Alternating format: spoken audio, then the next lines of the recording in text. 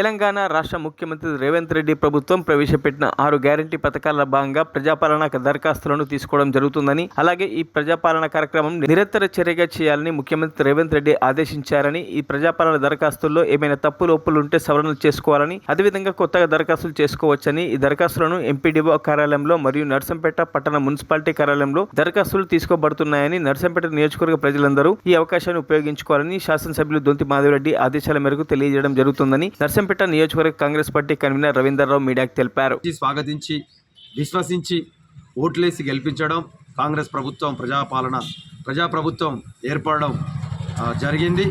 అందులో భాగంగా 6 గ్యారంటీ స్కీమ్లలో ముఖ్యమంత్రిగా ప్రమాణ స్వీకారం చేసిన 48 గంటల్లోనే 2 పథకాలను గౌరవ ముఖ్యమంత్రి గారు అమలుపరచడం జరిగింది. మహిళలకు ఆర్టీసీలో ఉచిత బస్సు ప్రయాణం, ఆరోగ్యశ్రీ కింద ప్రైవేట్ ఆసుపత్రిలో 10 లక్షల రూపాయలను వైద్య సేవలను పెంచే పథకాన్ని కూడా ప్రారంభించి, ఇటీవల 2 స్కీమ్లను కూడా ప్రభుత్వం మళ్ళీ ప్రకటించి అమలు చేయడం జరుగుతూ ఉంది. అందులో నిరుపేదలకు వైట్ రేషన్ కార్డు ఉన్న వారందరికీ కూడా 200 యూనిట్ల వరకు కరెంటు ఫ్రీ.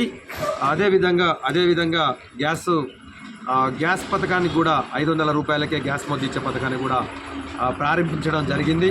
ఈ మిగతా పథకాలను కూడా ఏదైతే 11వ తారీఖు నుండి ఇందిరమ్మ భరోసా కింద ఇందిరమ్మ గృహాల పథకాన్ని కూడా ప్రారంభం చేయబోతున్నట్టుగా ప్రభుత్వం ద్వారా వర్గాల ద్వారా తెలియపరచడం జరిగింది. అయితే ఇదంతా ప్రజల్లో ఒక రకమైన భయాందోళన, టెన్షన్ ఎక్కడ ఉంది అంటే, మన దగ్గర ప్రజాపాలనలో అప్పుడు నిరాటంకంగా జరిగిన వారం రోజుల్లో జరిగిన ప్రజాపాలనలో అర్హులైన వారందరూ కూడా దరఖాస్తులు చేసుకోవడం జరిగింది.